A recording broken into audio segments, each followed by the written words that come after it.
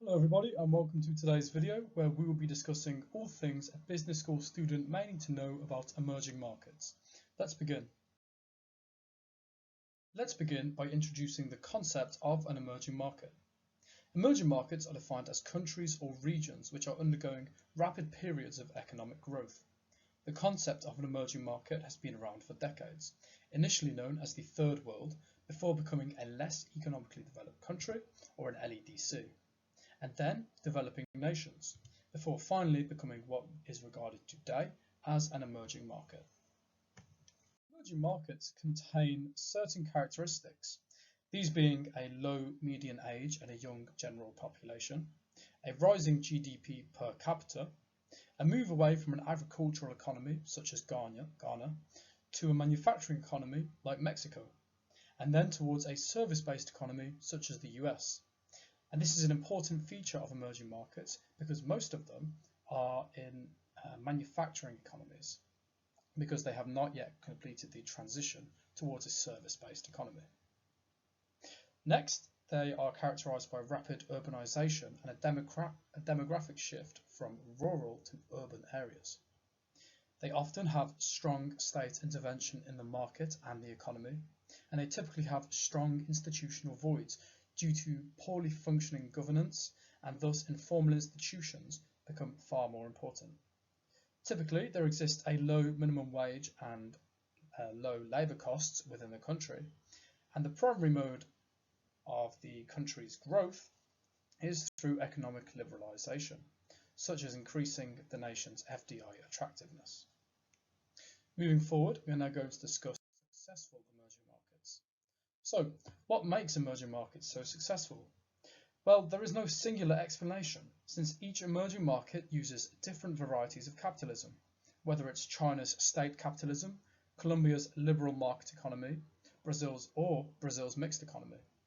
These three nations are all emerging markets, those being China, Colombia and Brazil, but they all operate with different economic models. But most emerging markets do share one common characteristic, and that is a high degree of state involvement to encourage healthy economic growth. State involvement means that the government actively interfere with the economy to ensure that it continues growing. For example, China's government infamously does this by owning major shares in infrastructure companies to ensure their continuity.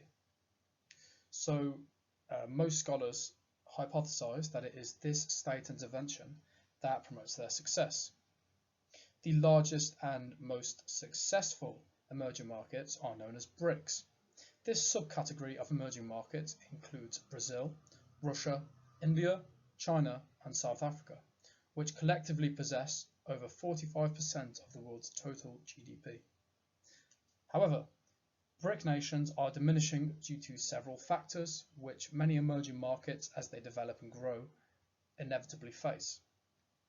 Firstly, there is a decreasing economic growth. There is also high political instability, as I'm sure we are all aware. There is a lack of sufficient internal demand, meaning that when incidents like COVID or financial crashes occur, the national economies of these countries collapse due to their export-led model.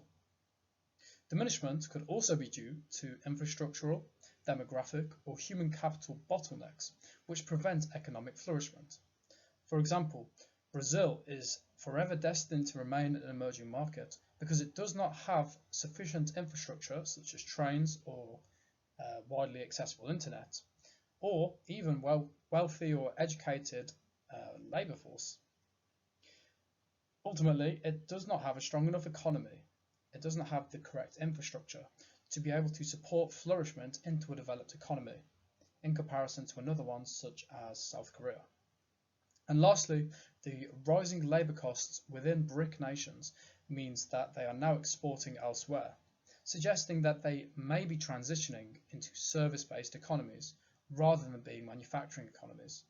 This transition will emphasise the issues faced with regards to infrastructure, demographics and human capital bottlenecks, as service-based economies necessitate decent labour knowledge intensity rather than sheer labour market size, as many of these BRIC nations have been relying on having thousands and thousands and thousands of workers, but now that they are transitioning to service-based economies, they need educated workers, and their infrastructure currently is not there to support that transition.